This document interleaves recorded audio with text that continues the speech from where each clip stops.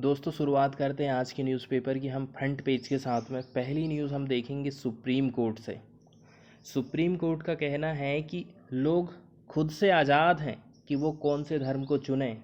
यदि आपकी उम्र 18 साल से ज़्यादा की हो गई है तो आप खुद में एक जज हो, आप खुद निर्धारित कर सकते हो कि मुझे अपने धर्म को चेंज करना है या नहीं करना है या किस धर्म में जाना है। ऐसा सुप्रीम कोर्ट का डिसीजन आया है। सुप्रीम कोर्ट में एक याचिका दायर की गई थी कि आज के टाइम में बहुत ज़्यादा धर्म परिवर्तन कराया जा रहा है, कई सारे हथकंडे अपनाए जा रहे हैं, बहुत से तरीके, चाहे जो भी तरीका हो उसके द्वारा धर्म परिवर्तन कराया जा रहा है। इसी पर सुप्रीम कोर्ट ने यह डिसीजन दिया था और जो याचिका करता है उसको लताड़ भी लगाई थी। देखेंगे इस न्यूज़ को, अच्छा डिसीजन है। इसके बाद दूसरी न्यूज़ हम डिटेल में देखेंगे, इंडिया यूएस के रिलेशन से रिलेटेड है। अमेरिका की जो नवल एक्सरसाइज है इसको लेकर इंडिया ने प्रोटेस्ट क्यों किया है, विरोध क्यों किया है, इसको हम देखेंगे। इसके बाद वाली जो न्यूज़ है वो खाद के दाम बढ़ने से लेकर है, फर्टिलाइज़र के प्राइस बढ़ने को लेकर है। कल परसों में ही न्यूज़ आई थी कि फर्टिलाइज़र के दाम इफ़को ने लगभग 50% बढ़ा दिया है। ठीक है, तो इसी को लेकर सरकार ने सफाई दी है कि नहीं, इस दाम है जैसे कि वैसे ही रहेंगे। और इफ़को ने एक रीज़न दिया था कि फर्टिलाइज़र बनाने में जो भी रॉ मटेरियल इस्तेमाल में लाया जाता है उसका पूरे ग्लोबली रूप में प्राइस बढ़ने के कारण हमें जो है खाद का दाम बढ़ाना पड़ा। लेकिन सरकार जानती है आज के टाइम में किसान प्रदर्शन कर रहे हैं, किसान हमसे ऑलरेडी नाराज़ हैं, और यदि हम खाद के दाम बढ़ा देते हैं तो उनका जो प्रोटेस्ट है और भी ज़्यादा बढ़ जाएगा, उनको एक नया सब्जेक्ट मिल जाएगा। पेट्रोल डीजल के दाम तो वैसे ही हाई चल रहे हैं। अब इसके बाद है वैक्सीन की शॉर्टेज को लेकर एक न्यूज़ आई है। 2 दिन पहले स्वास्थ्य मंत्री ने ये कहा था कि वैक्सीन की कोई शॉर्टेज नहीं है। शॉर्टेज का जो आरोप विपक्ष लगा रही है वो अपने पॉलिटिकल उद्देश्य से लगा रही, लेकिन आज आप तस्वीर देख सकते हैं। महाराष्ट्र के एक वैक्सीन सेंटर की ये पिक्चर है जिसमें बिल्कुल आप देख सकते हैं खाली कुर्सियां दिखाई जा रही हैं। जब वैक्सीन ही नहीं है इनके पास तो ये लोग वैक्सीन सेंटर को खोल के क्या करेंगे, वैक्सीन सेंटर को इनको बंद करना पड़ गया है। ऐसे ही शॉर्टेज उड़ीसा की सरकार के पास भी जा रही है, ये चिंता जो है उन्होंने जाहिर की थी। इसके बाद वैक्सीनेशन प्रोग्राम में और भी कुछ लूप होल्स हैं, गड़बड़ियां हैं, जैसे कि इस न्यूज़ से आप देख सकते हैं। इस न्यूज़ में बताया गया है कि 2 महिलाओं को कोविड-19 के वैक्सीन की जगह रेबीज का टीका लगा दिया गया है। ये खबर है गाज़ियाबाद यूपी की, और जो डिस्ट्रिक्ट है शामली डिस्ट्रिक्ट की है खबर है। इसके बावजूद वहाँ का जो मैनेजमेंट है, यहाँ का जो प्रशासन है, वो अपनी गलती को स्वीकार नहीं करता है। एक महिला है, जब उसने वैक्सीन लगवाई तो उसको चक्कर आने लगे, उसका जी मिचलाने लगा, और जब उसने एक प्राइवेट डॉक्टर को अपनी स्लिप दिखाई तो उसने तो कह दिया ये तो रेबीज की वैक्सीन लगाया है तुम्हें। अब वहाँ की जो शामली डिस्ट्रिक्ट मजिस्ट्रेट हैं जसजीत कौर, उनका ये कहना है कि ये जो अफेक्टेड महिलाएं हैं ना, एक की उम्र 60 साल की है, दूसरी की 70 है के लगभग है, स्पेशल सेक्शन में इनको जाना था, अप्रोच करना था, तो वहाँ ना जाके जहाँ पर प्रोग्राम चल रहा है कोविड-19 का, ये चली गई थी जनरल ओपीडी में, ऐसा उनका कहना। और उनका कहना था कि हमें टीका लगा दो, लेकिन लगाने वाले को भी तो ये सोचना था कि वो इंसान को दे रहे हैं कि जानवरों को लगा रहे हैं, किसकी वो वैक्सीन लगा रहे हैं, कि बस आंख बंद करके उन्होंने वैक्सीन लगा दी। तो शुरुआत करते हैं हम पहली न्यूज़ की, जो कि सुप्रीम कोर्ट से रिलेटेड है। दोस्तों, ये जो याचिका करता है ना, मुझे लगता है इससे खुश नहीं है कि बीजेपी रूल्ड जो स्टेट है ज़्यादातर वो धर्म परिवर्तन से रिलेटेड कानून बना चुके हैं, तो उनको ये पर्याप्त नहीं लगता है, मुझे ऐसा लगता है। तो अब वो चाहते हैं कि पूरे इंडिया में ये कानून आ जाए, ऐसी उनकी सोच है। इसी को लेकर लगता है कि उन्होंने ये पिटीशन को दायर किया है कि पूरे इंडिया में बहुत ही ज़्यादा धर्म परिवर्तन की घटनाएं सामने आ रही हैं। तो सुप्रीम कोर्ट ने तो साफ मना कर दिया है कि आपकी उम्र 18 साल से ऊपर की हो गई हो, आप खुद समझदार हो कि आप अपने धर्म को चेंज करवा सकते हो कि नहीं करवाना है, आप किस धर्म को मानना चाहते हो, किस धर्म को अपनाना चाहते हो। संविधान ने आपको छूट प्रदान की है, धार्मिक स्वतंत्रता की आपको आज़ादी है। हर एक व्यक्ति अपने आप में एक जज होता है, ऐसा सुप्रीम कोर्ट का कहना है। और दूसरी ध्यान देने वाली बात यह है, यदि धर्म परिवर्तन की इतनी ज़्यादा घटनाएं सामने आ रही हैं तो फिर जो माइनॉरिटी है जो ये काम कर रहे हैं उनकी संख्या बढ़ क्यों नहीं रही है, उनके धर्म का परसेंटेज बढ़ क्यों नहीं रहा है, ये इसका एक जवाब मिलना चाहिए।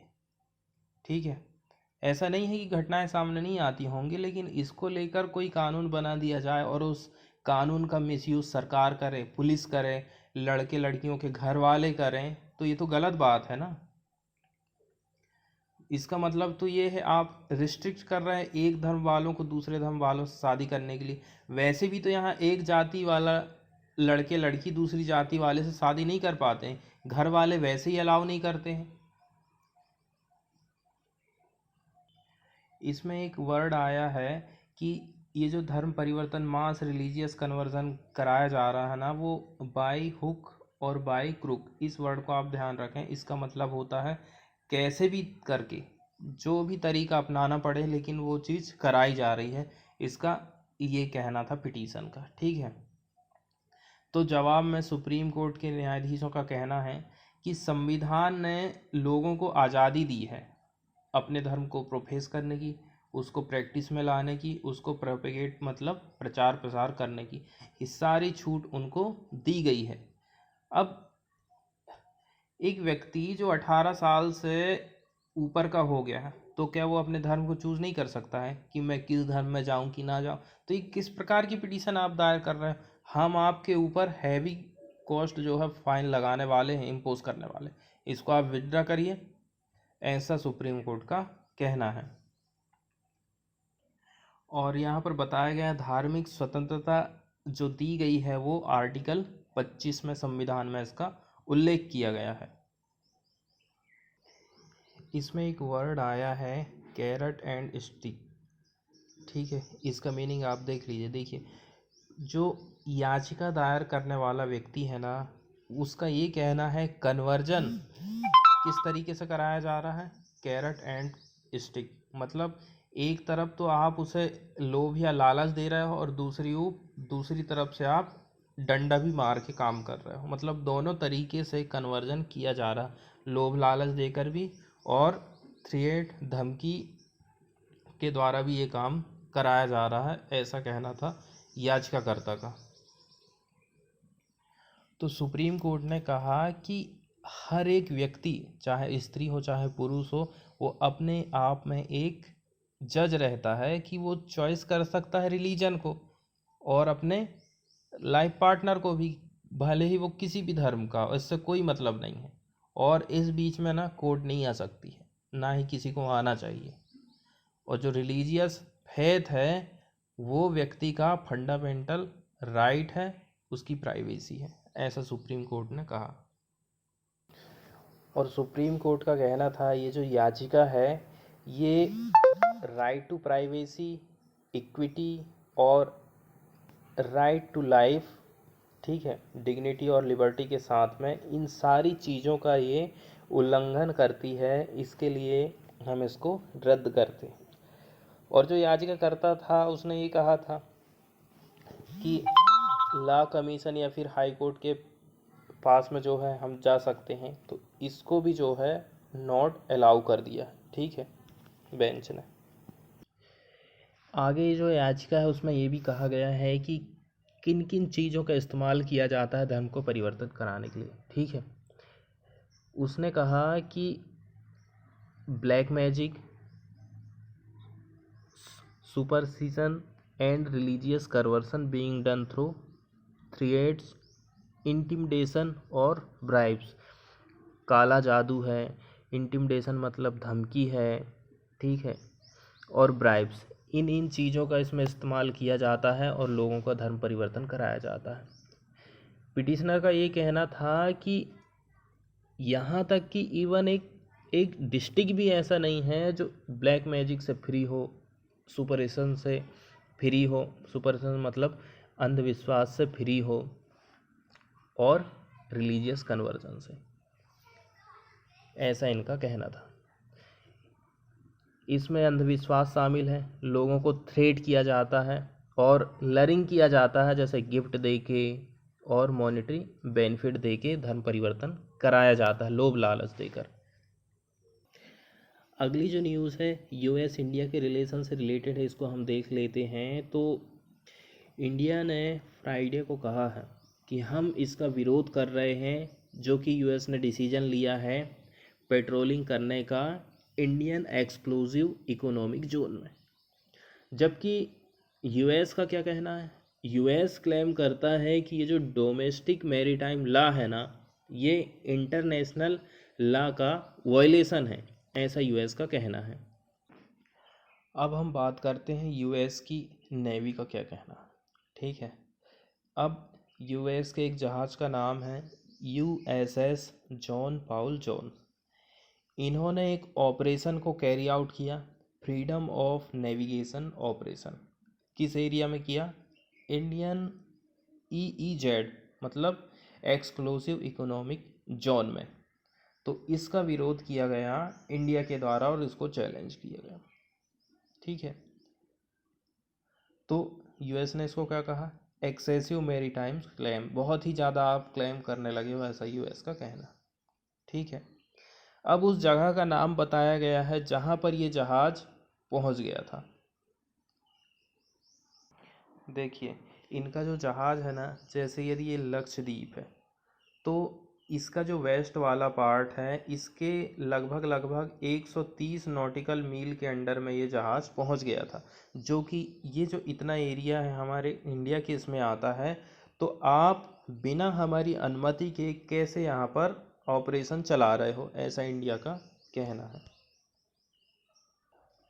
अब अमेरिका का ये कहना है, देखो ये जो ऑपरेशन है ना, ये हम पहले भी करते आ रहे हैं और हम फ्यूचर में भी इसको कंटिन्यू करेंगे।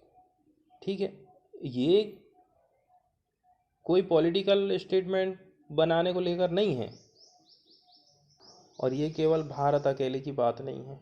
ठीक है, ऐसा यूएस का कहना है। तो एक्सटर्नल अफेयर का क्या कहना है इसमें? ठीक है, उन्होंने कहा कि हमने इस जहाज़ को मॉनिटर्ड किया, किधर से किधर? पर्सियन गल्फ से मलक्का स्ट्रेट की तरफ।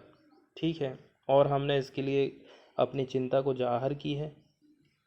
ठीक है, थ्रू किसको? क्योंकि ये हमारे एक्सक्लूसिव इकोनॉमिक जोन के अंडर में आता है और एक डिप्लोमेटिक चैनल के थ्रू यूएस को हमने बताया है। अब इंडिया का कहना है कि हम UNCLOS का जो नियम है उस पर स्थिर है। UNCLOS का मतलब होता है United Nations Convention on the Law of the Sea. इस पर हम दृढ़ बने हुए हैं, जो कि कहता है कि किसी भी को भी ऑथराइज नहीं करता है कैरी आउट करने के लिए इकोनॉमिक जोन में कोई भी चीज़ हो। ठीक है, इकोनॉमिक जोन हो और उसका जो कॉन्टिनेंटल सेल्फ होता है वहाँ पर कोई भी वहाँ पर अदर कंट्री मिलिट्री एक्सरसाइज को नहीं कर सकती है, मैनूवियर्स नहीं कर सकता है। ठीक है, पार्टिकुलर ऐसे लोग जो कि वीपन्स और एक्सप्लोसिव को कैरी आउट करते हैं, इसके लिए उसको कम से कम हमारे स्टेट की सहमति तो लेनी पड़ेगी, ऐसा इंडिया का कहना है। इसमें एक वर्ड आया है मैनूवरस, इसका मतलब होता है वो प्रोसेस या फिर प्रक्रिया, मिलिट्री की एक्सरसाइज हो चाहे अदर जो भी काम हो। ठीक है, उसको वो इंडिया की सहमति के बिना नहीं कर सकता है। ये हमारे इंडिया में लागू अकेला नहीं होता है, अदर स्टेट में भी ये लागू होता है ये नियम। और आगे जब अमेरिका ने ये खुलासा किया, FONOP ये उस एक्सरसाइज का नाम है जिसकी एक रिपोर्ट सामने आई जो कहती है कि ये काम हम आज से नहीं कर रहे हैं, ये तो जो है हर साल कर रहे हैं, हर साल इस चीज़ को हम कंडक्ट कर रहे हैं, ऐसा उस रिपोर्ट में कहा गया है इंडिया के एक्सक्लूसिव इकोनॉमिक जोन में। और आगे इस रिपोर्ट में ये भी कहा गया है कि हम जो है 2007 से 2017 तक ये काम कर रहे हैं। ठीक है, वो चाहे हमारे एलाई कंट्री हो या कोई भी हो, इसलिए हम आपके क्लेम को जो है नहीं मानते, ऐसा यूएस का कहना है। अब एक साउथ ब्लॉक वाले ऑफिशियल का ये कहना है कि यदि आप मिलिट्री पर्पस से हमारे एक्सक्लूसिव इकोनॉमिक जोन में आ रहे हो तो आपको जो है परमिशन की ज़रूरत है। यदि आप सिंपली ट्रांजिशन कर रहे हो, एक जगह से दूसरे जगह जा रहे हो, तो उसके लिए ज़रूरी नहीं है, ठीक है। और लेकिन मिलिट्री से रिलेटेड जो भी क्रियाकलाप है ना, वो डिफाइंड कहीं पर भी नहीं किए गए हैं, ऐसा ऑफिशियल का कहना है। अब हम बात करते हैं दूसरे ऑफिशियल की, उसका क्या कहना है। इनका ये कहना है कि ये बात तो मैं, ये स्टेटमेंट जो इशू हुआ उसको तो सुनकर बिल्कुल सरप्राइज़ हो गया हूँ। अब जो हमारे फॉर्मर नेवी चीफ हैं अरुण प्रकाश, उन्होंने एक ट्वीट किया कि चूँकि 1995 में इंडिया ने UNCLS को साइन किया था, रेटिफाइड किया था, लेकिन यूएस तो इसमें फेल्ड हो गया इस बात पर। अब 7 जो जहाजी बेड़ों का एक ग्रुप है, उसका कैरी आउट करना हमारे एरिया में, ये तो वायलेशन करता है, ये तो हमारे जो डोमेस्टिक लॉ है उसका भी वायलेशन करता है, ऐसा उनका कहना है। इसके बाद एक सुप्रीम कोर्ट की दूसरी न्यूज़ आई है, जिसमें सुप्रीम कोर्ट ने यह डिसीजन दिया है कि यदि आप धरना प्रदर्शन करते हो तो आप किसी रोड को ब्लॉक नहीं कर सकते हो, ठीक है। यहाँ दिल्ली की एक महिला थी जिसने ये अर्जी दायर की थी कि इन्हें जो है बहुत ही ज़्यादा लेट हो जाता है आने जाने में, 1-2 घंटे की डिले हो जाती है इस ब्लॉकेट के कारण, इस धरना प्रदर्शन में जो रास्ता जाम हुआ है। तो उसी के जवाब में सुप्रीम कोर्ट ने ये कहा था कि धरना प्रदर्शन आप कर रहे हो ठीक है, लेकिन आप किसी भी पब्लिक स्ट्रीट को जाम नहीं कर सकते हैं, ऐसा सुप्रीम कोर्ट का कहना है।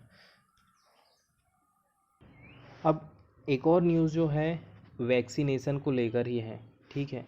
वैक्सीन को लेकर ये बात कही जा रही है कि ये जो वैक्सीन है ना, सीवियर इलनेस को एवर्ट्स करती है, रोकती है, लेकिन ये इन्फेक्शन को नहीं रोकती है, ऐसा इसमें कहा गया है, ठीक है।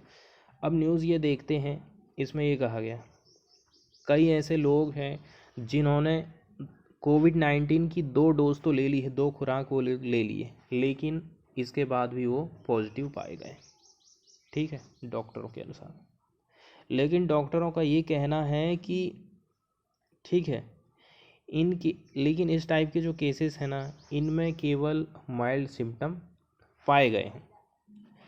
अब जो कोविड-19 के एक्सपर्ट हैं उनका ये कहना है, ये जो वैक्सीन है सीवियर इलनेस से बचाती है, लोगों को प्रिवेंट्स करती है, लेकिन इन्फेक्शन को ये नहीं रोकती है, ऐसा इसमें कहा गया है।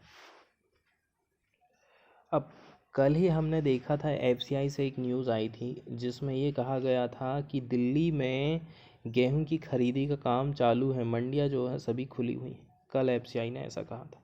लेकिन आज दिल्ली गवर्नमेंट का एक स्टेटमेंट आया है, ठीक है। उनका ये कहना है, ये जो कल का जो स्टेटमेंट आया है ना, वो बिल्कुल गलत है। इन्होंने कहा कि जो नरेला की मंडी है वहाँ पर एक काउंटर तक नहीं खुला है गेहूं की प्रोक्योरमेंट को लेकर। तो यदि आपने वास्तव में सेटअप किए हो काउंटर को तो हमें दिखाओ कहाँ पर आपने खोले, और यदि यहाँ पर कोई सेटअप है ही नहीं काउंटर का तो फिर झूठ न बोलने की क्या ज़रूरत है, ऐसा इनका कहना है दिल्ली की सरकार का। अब यहाँ से एक न्यूज़ आई है हरियाणा से। हरियाणा के जो हेल्थ मिनिस्टर हैं अनिल विज, उनका कहना है कि अभी कोविड-19 केस बहुत ज़्यादा बढ़ गए हैं और फार्मर जो प्रोटेस्ट कर रहे हैं उनको हमें इस बीमारी से बचाने की ज़रूरत है, और इसके लिए मैं केंद्र सरकार के जो कृषि मंत्री हैं उनको लेटर लिखूंगा कि आप जल्दी से जल्दी बातचीत चालू करिए, ठीक है। तो लेकिन इनको ये बात पता नहीं है कि केवल फार्मर्स जो प्रोटेस्ट कर रहे हैं, कोविड-19 का केवल उन्हीं को खतरा नहीं है। अभी जो चुनाव चल रहे हैं उसमें जो प्रचार प्रसार चल रहा है, उसमें जो भीड़ भाड़ इकट्ठी हो रही है, उसका क्या, उसके लिए सरकार क्या कर रही है? क्या उससे कोविड-19 नहीं फैल रहा है? इसके बाद वाली जो न्यूज़ है इटली के मैरीन केस से रिलेटेड है। ठीक है, देखो, केंद्र सरकार और केरल की सरकार, उन्होंने ये कहा है कि जो विक्टिम की जो फैमिली वाले हैं, जो कि उस टाइम गोली मारकर जिनकी हत्या कर दी गई थी जिन मछुआरों की, उनकी फैमिली वाले तैयार हो गए हैं यदि उनको 10 करोड़ रुपये का कंपनसेशन इटली की तरफ से दिया जाता है। ठीक है, तो सुप्रीम कोर्ट ने कहा कि ठीक है, लेकिन सबसे पहले इटली से पैसा आपके पास आएगा और आपके पास आने के बाद आप हमारे पास उस पैसे को भेजोगे, हम ही डायरेक्ट जो है उनके अकाउंट में पैसा डालेंगे, ऐसा सुप्रीम कोर्ट का कहना है। तो इस मामले को मैं पहले ही बता चुका हूँ जब ये पहली बार न्यूज़ में आया था। ठीक है, तो ये जो केस था ना, इटली मरीन केस, ये 2012 का था, जिसमें कि वहाँ के जो जहाज़ में दो जो सैनिक थे ना, उन्होंने केरल के कोस्ट के किनारे एक जो मछुआरे थे उनकी गोली मारकर हत्या कर दी थी। उनको ये लगा कि ये डाकू। तो इससे रिलेटेड जो केस था वो इंडिया में नहीं चला था, वो इटली चला गया था। और इंटरनेशनल जो रूल कहता है उसको इंडिया को मानना पड़ा, क्योंकि जो इंटरनेशनल लॉ है उसमें इंडिया एक पार्टिसिपेट करता है, इसलिए उस बात को उसको मानना पड़ा। उसमें ये कहा गया था केस जो है इटली में ही चलेगा और उसका जो भी कंपनसेशन है वो उन लोगों को दे दिया जाएगा, ऐसा उस नियम में कहा गया था। और उस जहाज़ का नाम है एनरिका लेक्सी, ये हमको याद रखना है। देखो, वैक्सीन सप्लाई की कमी अभी हमने उड़ीसा में देखा, मुंबई में देखा, इसके बाद तीसरी जो न्यूज़ आ गई है वो राजस्थान से आ गई। राजस्थान का भी कहना है कि हमें इसकी जल्द से जल्द सप्लाई चाहिए वैक्सीन की, ताकि हम जल्दी से जल्दी लोगों को वैक्सीनेट कर पाएँ। ठीक है, इनका कहना है कि हमें कम से कम 30 लाख वैक्सीन की तो अभी तुरंत में ज़रूरत है। आगे राजस्थान सरकार का कहना है कि 7 अप्रैल तक की यदि हम बात करें तो 86 लाख डोजेस हम दे चुके हैं, लेकिन हम वैक्सीन के प्रोग्राम को और भी तेज़ करना चाहते हैं। हम पर डे कम से भी कम 5 लाख लोगों को वैक्सीन देना चाहते हैं, अपनी स्पीड को बढ़ाना चाहते हैं, इसके लिए हमें वैक्सीन की ज़रूरत है। और इसमें एक न्यूज़ टीका उत्सव से भी है, जिसमें ये कहा गया है कि 11 अप्रैल से 14 तक, ठीक है, इस पीरियड के दौरान हम 45 साल तक या 45 साल से ऊपर वालों को 100% वैक्सीन देने का काम कर देंगे, ऐसा इस टीका उत्सव में प्रपोज़ल मोदी के द्वारा दिया गया था। आपने एक न्यूज़ सुनी होगी कि यदि आप चुनाव में खड़े होते हैं तो चुनाव लड़ने से पहले आपको पब्लिक को बताना पड़ेगा कि आपके खिलाफ़ कोई क्रिमिनल केस चल रहा है कि नहीं चल रहा है। तो ठीक है, इसी से रिलेटेड एक न्यूज़ आई है। अब आप सोचिए, यदि आपके खिलाफ़ कोई क्रिमिनल केस चल रहा है तो आपको कोई सरकारी नौकरी नहीं मिलेगी, लेकिन ये जो नियम कानून है राजनीति में नहीं चलता। ठीक है, यदि आपके खिलाफ़ कोई क्रिमिनल केस चल रहा है तो भी लोग कैंडिडेट यहाँ पर खड़े हो रहे हैं। देखो ना, कम से भी कम 25% लोगों ने डिक्लेयर किया है कि उनके खिलाफ़ क्रिमिनल केसेस चल रहे हैं।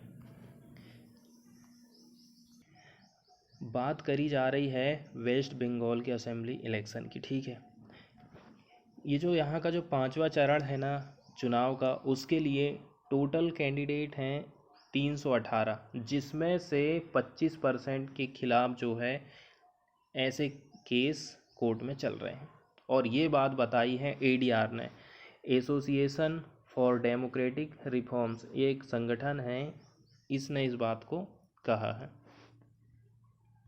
अब कुछ लोग तो इतने चालाक रहते हैं कि उनके एफिडेविट में क्लियर ही नहीं हो पाता है कोई चीज़ कि इन्होंने किया है कि नहीं किया है, क्या किया है। तो इनका जो कंप्लीट एफिडेविट है ना वो अवेलेबल नहीं था इलेक्शन कमीशन की वेबसाइट पर। कितने?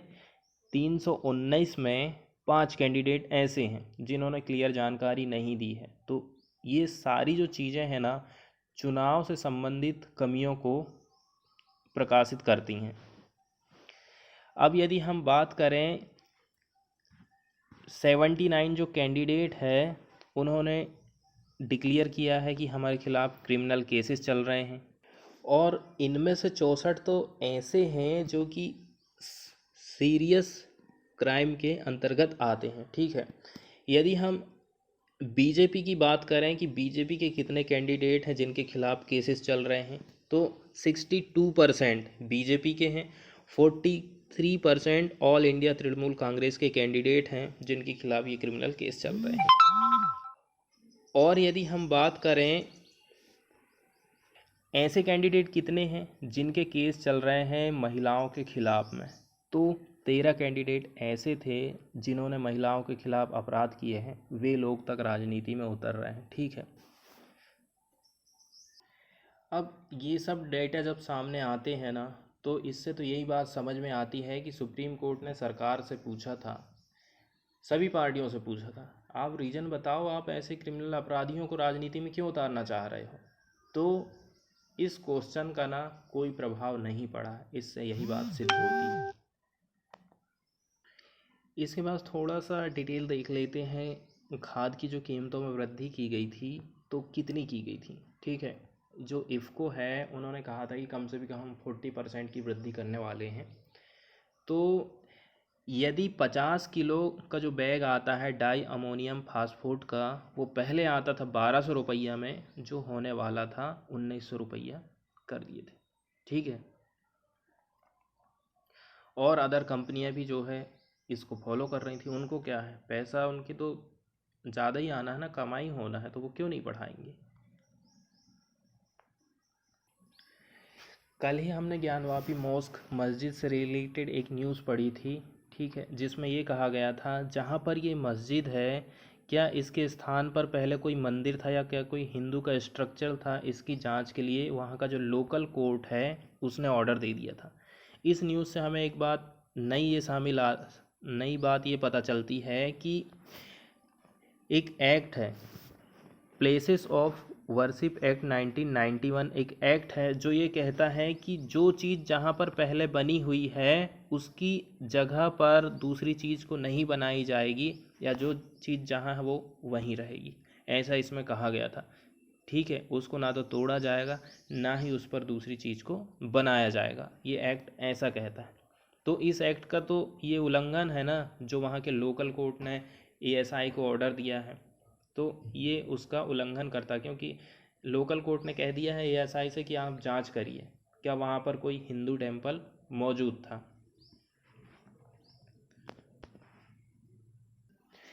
इसके बाद जो केन बेतवा रिवर को लिंक करने का जो प्रोजेक्ट चालू होने वाला है ना, उसको लेकर सोनिया गांधी ने पर्यावरण मिनिस्टर प्रकाश जावड़ेकर को एक पत्र लिखा, जिसमें ये कहा गया है इस नदी के इंटरलॉक होने से ना, इस नदी के जोड़ने से आपस में, यहाँ पर जो पन्ना टाइगर रिजर्व है उसका लगभग 40% हिस्सा पानी में डूब जाएगा। ठीक है, तो ये पर्यावरण के लिए बहुत ज़्यादा हानिकारक होगा ये प्रोजेक्ट, ऐसा सोनिया गांधी का कहना है। और केवल इनका ही नहीं कहना है, बहुत सारे ऑर्गेनाइजेशन हैं या फिर जितने भी लोग हैं वो लोग इस प्रोजेक्ट का विरोध कर रहे हैं।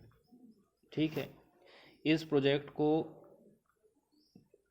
का जो उद्देश्य है वो सिंचाई के लिए पानी और बिजली बनाने के लिए किया जाएगा, लेकिन काम ऐसा हमें करना है कि पर्यावरण हमारा सुरक्षित रहे। वैसे भी वन्य प्राणियों की संख्या जैसे विलुप्ति के कगार पर है, ऊपर से यदि हम इस टाइप का काम करेंगे तो उनकी संख्या और भी ज़्यादा कम होते जाएगी। केवल जानवरों के ही लिए नहीं, वहाँ जो पेड़ पौधों की प्रजातियाँ पाई जाती हैं उनको भी नुकसान होने वाला है।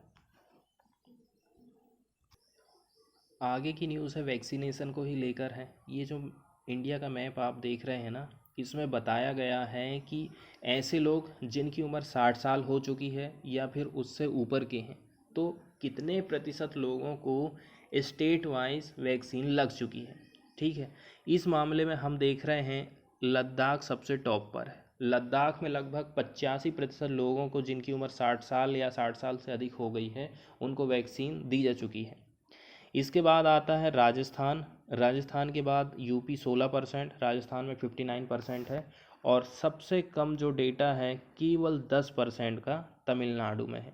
तो वैक्सीन का भी प्रोग्राम हमारे यहाँ पर चल रहा है, तो सभी स्टेट में एक सा नहीं है, ये बहुत बड़ी प्रॉब्लम है। ठीक है, वैक्सीन का स्टॉक यदि अवेलेबल है तो फिर कहाँ पर कमियां हैं कि हर स्टेट में वैक्सीन एक बराबर खुराक नहीं दी जा रही है। स्वास्थ्य सुविधा में और भी कुछ कमियों की बात करें तो ऐसी ऐसी न्यूज़ आ रही है, ये कहानी है महाराष्ट्र की। राजनेता लोग घर बैठे अपने घर पर वैक्सीन लगवा रहे हैं। ठीक है, तो हाई कोर्ट ने क्वेश्चन किया है कि आप जब बड़े बड़े लोग, प्राइम मिनिस्टर जैसे लोग हॉस्पिटल में जाके वैक्सीन लगवा रहे हैं, जिनकी एज ज़्यादा हो गई है वो तक हॉस्पिटल जाके वैक्सीन लगवा रहे हैं, तो आपको ये फैसिलिटी कहाँ से मिल रही है? ऐसा क्यों आप कर रहे हो?